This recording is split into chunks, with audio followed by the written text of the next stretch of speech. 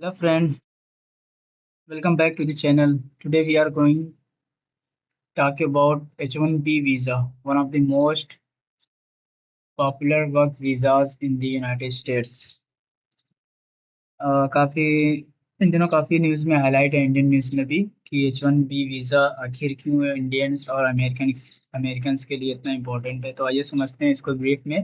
H-1B visa H-1B visa actually क्या होता है? H-1B visa is a non-immigrant US visa that allows American companies to hire foreign professionals in specialty occupations, mainly IT, engineering, healthcare, research, etc.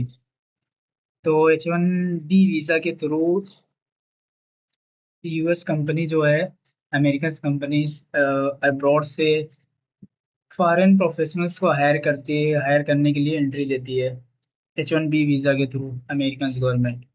तो इसमें generally क्या होता है, जो occupations mainly IT, engineering, health care, research के बारे में research से रिलेटेड होते हैं।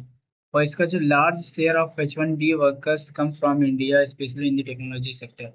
इसमें से H-1B वीज़ा के थ्रू जो भी अमेरिकन कंपनीज बाहर से वर्कर्स को हायर करती हैं, उसमें से ज़्यादा जो मेजर स्केल होता है उसमें इंडियंस का होता है। अप्रॉक्स 70% तक उसमें जो होते हैं इंडियंस वर्कर्स होते हैं। इसलिए ये इंडिया के लिए बहुत ही इंपॉर्टेंट है। अभी करंटली ये न्यूज़ में इतना हाईलाइट क्यों, इसके बारे में आगे हम समझते हैं। सबसे पहले देखते हैं इसका इम्पैक्ट अमेरिका और इंडिया पे क्या होता है। अमेरिकन में क्या है? For America the H-1B visa helps fill skill gaps in the industries where there is a shortage of local talent. It boost innovation, supports tech companies and contributes to economic growth. American के लिए H-1 visa से क्या benefit होता है कि ये तो compulsory नहीं है कि सारा टैलेंट जो है अमेरिकन सिटीजन के ही पास है। अभी वहाँ के इसे लोकल टैलेंट जो कमी है, लोकल टैलेंट को फिल करने के लिए वहाँ की जो कंपनीज है वो अब्रॉड से दुनिया के ग्लोबली लेवल से सारे स्किल पर्सन्स को अपनी कंट्री में ऑफर देती है H-1B वीजा के थ्रू काम करने के लिए। जिसमें वो जिसके थ्रू वो उनको अच्छा सैलरी पैकेज देते हैं, अच्छी लाइफ स्टाइल देते हैं। तो ये एक बहुत ही अच्छा बहुत ही इम्पोर्टेंट है अमेरिकन के लिए। H-1B वीजा के थ्रू ग्लोबली ग्लोबली जो जो भी अपने लोग हैं उनको अमेरिका में जाके H-1B वीजा के थ्रू वहाँ की ग्लोबल कंपनी में काम करने का एक बहुत ही अच्छा रास्ता है, जिसके थ्रू वो अमेरिकन में जाके वहाँ की इंटरनेशनल कंपनी में काम कर सकते हैं और वहाँ उनको इसके थ्रू अच्छा सैलरी पैकेज ऑफर किया जाता है और बहुत ही अच्छी लाइफ स्टाइल दी जाती है। और इंडिया के लिए क्यों इतना इंपॉर्टेंट है? For India the H-1B visa creates opportunities for lakhs of professionals to work abroad and earn high salaries. It also increase remittances, which strengthens India's company economy. But the downside is drain where talented people move out of the country instead of working here. इसमें ये बताया गया कि America के लिए ये क्यों important, India के लिए क्यों इम्पोर्टेंट है।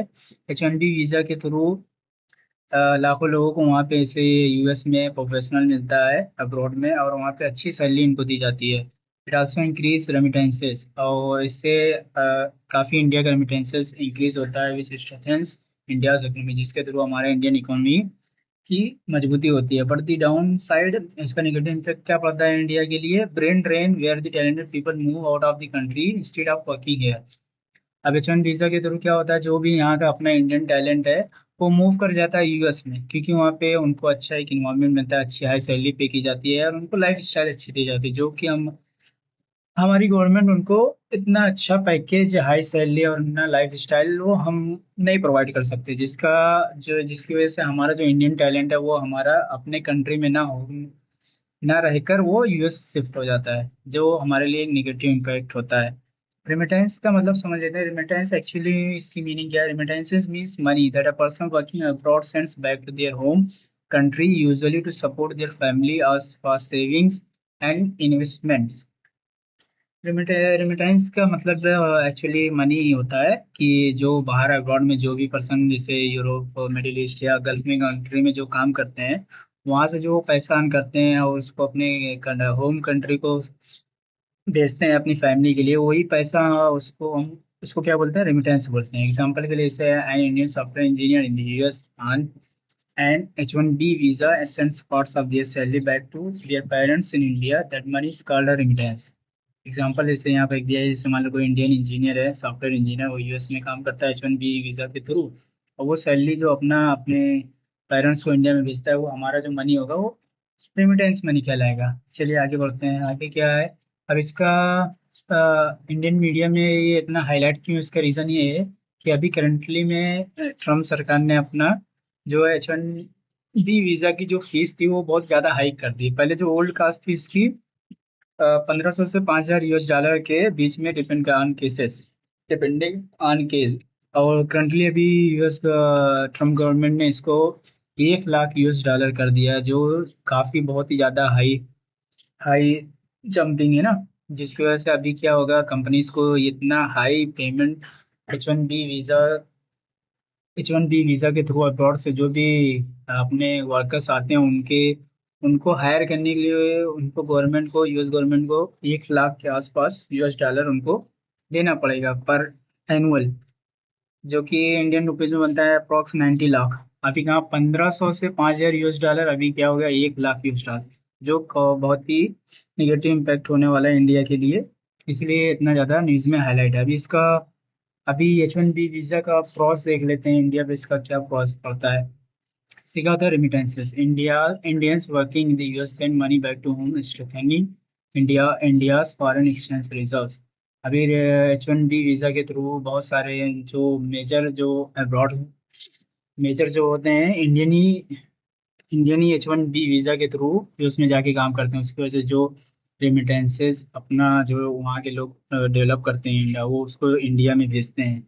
उसकी वजह से हमारी एक्सचेंज रिजर्व को ना मजबूती मिलती है, फॉरेन एक्सचेंज रिजर्व को स्ट्रेंथनिंग मिलती है। ऑब्वियसली बात है, इतना मनी हम अपने कंट्री को रिटर्न भेजते हैं। और दूसरा क्या है, high salary and better lifestyle.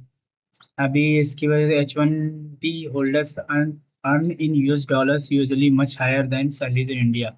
अभी H1B होल्डर जो होते हैं यूएस में जो काम करते हैं, उनको डॉलर्स में सैलरी मिलती है, जो कि हमारी इंडियन करेंसी से काफ़ी ज़्यादा हाई होती है। ग्लोबल वर्क एक्सपीरियंस मिलता है।